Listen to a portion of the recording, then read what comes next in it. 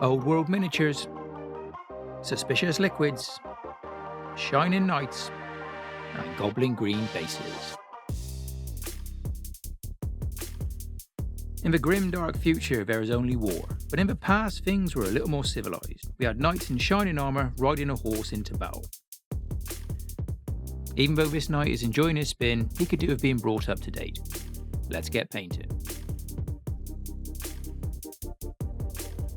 So what are we dealing with? We've got a metal miniature sat astride a plastic horse. A bit top heavy, I'd say. The horse has lost his tail and the knight could do with a shield. So before we go too far down the rabbit hole, let's make some new ones. I've never made a horse's tail before. In fact, I've never made a tail. And after a bit of trial and error, I think this is maybe the best way to do it.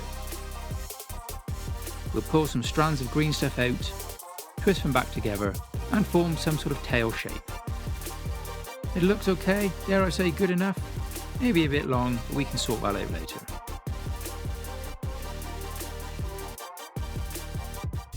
As for the shield, we'll roll out a bit of green stuff, test fit it for a rough size,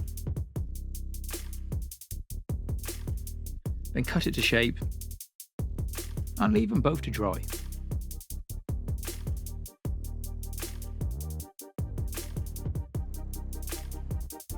With the green stuff drying, let's give both these guys a clean. As the horse is plastic, I don't want to leave a paint stripper on here for too long, so after about 30 minutes, this guy should be ready for a clean. This may look like a scene from a Godfather, but he or she is cleaning up pretty well. We just need to remove some of the final stubborn bits, and then file away those original mould lines.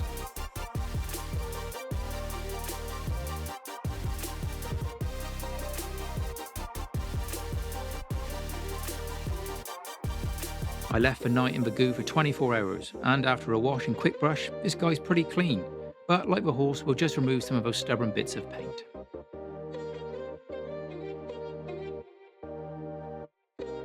I really enjoy making more work for myself, and after being a little heavy-handed with the cleanup, I knocked off his pole. So pin vise and super glue to the rescue.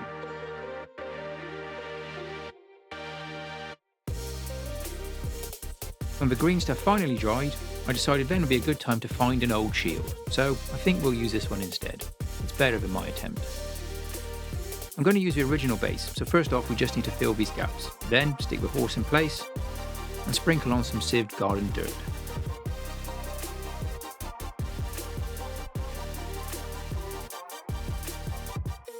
And finally we can pin the tail on the donkey. Well, horse, but you know what I mean.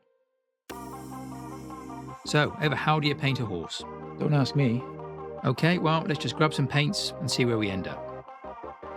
Starting with brown is probably the safest option. Hey, it may not be goblin green, but goblinoid will have to do. Whilst for brown and green are both drying, we'll use a little bit of white and clean up some of the overspill.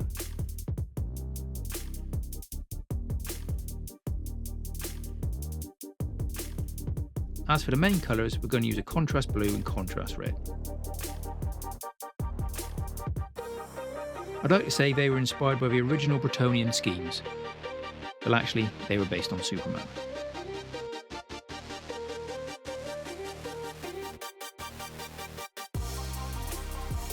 And once all the contrast paints are dry, we can go back in with some layer paints and start working over these.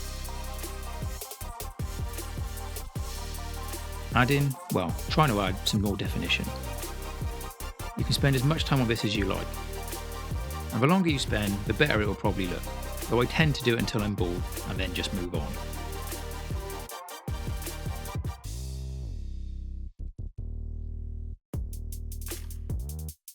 The horse gets a quick dry brush and then a wash to tone it all down. And of course, a quick yellow dry brush for the base.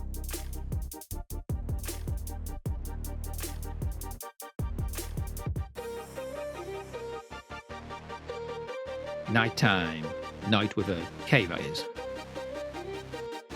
Let's start with the metallics and get these sketched in. And then back to the contrast that we used to paint the horse.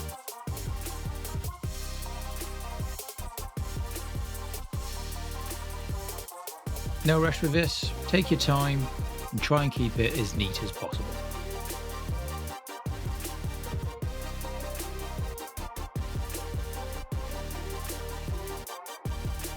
For the sword sheath, we'll use a dark contrast brown here, the darker the better.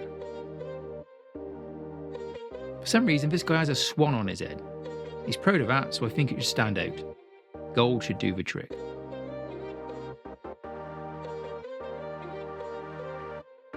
For the dragon we use a slightly different gold. I did consider using green but thought it might clash with the rest of the colour scheme.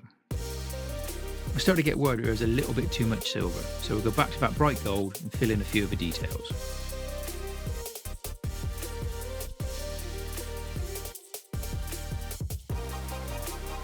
I then realised that this is part of a saddle. I think it is anyway, so we'll paint that brown.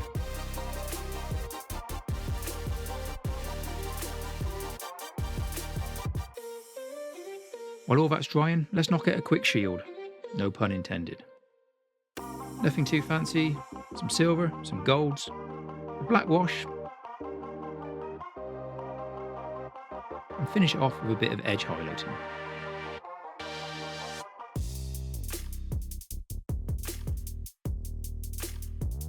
Okay, with all the base layers dry, let's get on and finish this knight.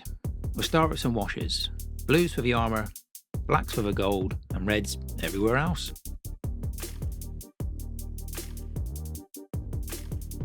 We'll flood the model and let the washes do most of the work here. In the end, I actually mix the black and the reds together for the golds. It adds a nice bit of contrast.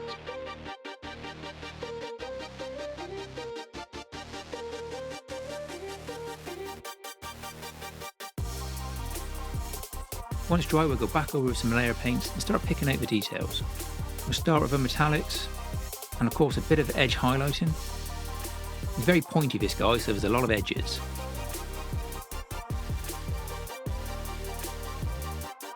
Again, using some blues, really watered down, picking out the edges with a lighter blue. As I said, the contrast does a lot of work here. And if it saves me time, who am I to complain?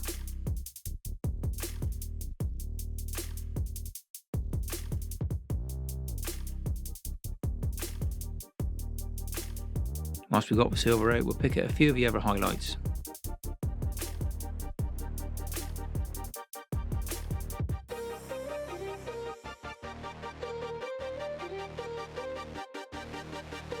Onto the red now, same as the blue, using some layer paints.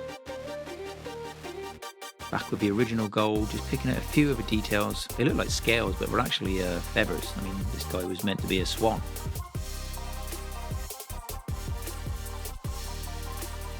Quick dry brush on the golds, using an off-white here. This will help it stand out a little bit more. Once we've got it out, we might as well add a little bit of this to his armour. And also the leather. If you've got this far, many thanks. Please do like and subscribe. All that's left to do now is mount the horse and take a look at the final reveal.